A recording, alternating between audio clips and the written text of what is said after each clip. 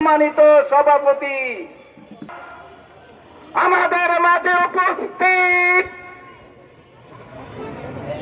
নারায়ণগঞ্জের অনেক যুবক মহল্লা থেকে এসেছেন, সাংবাদিক এবং এলাকাবাসী, যুবক মুরব্বী ভাইয়েরা ও বোনেরা, আসসালামু আলাইকুম।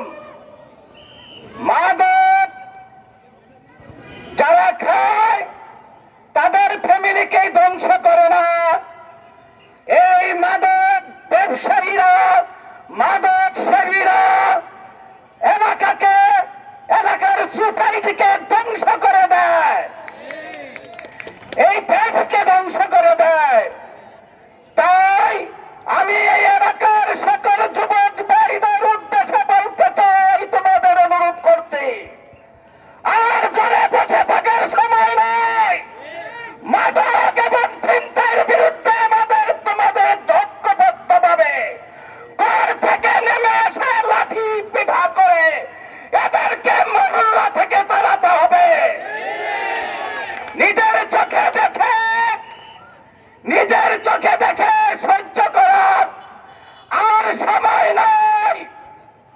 এখন থেকে যারা মাদক বিক্রি করবে, চিন্তাই করবে, তাদেরকে যেখানে পাওয়া যাবে সেখানে লাঠি পেটা করে পুলিশের হাতে ধরিয়ে দেওয়া হবে।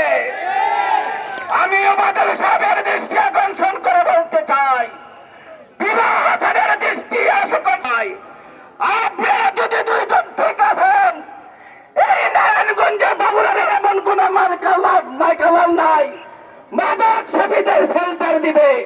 যদি আপনারা দুজন ঠিক থাকেন, এখন থেকে আপনাদের দুজনের সাথে আমরা আছি। এই বাবুরানের সমাজ থেকে অবিলম্বে মাদক বন্ধ করতে হবে, তা না হলে কিন্তু আমরা এই বাবুরানের জনগণ আপনাদের বিরুদ্ধে দাঁড়াবো। এই বলে আমি আমার বক্তব্য শেষ করছি। আল্লাহ হাফেজ। বাবুরানের এলাকাবাসী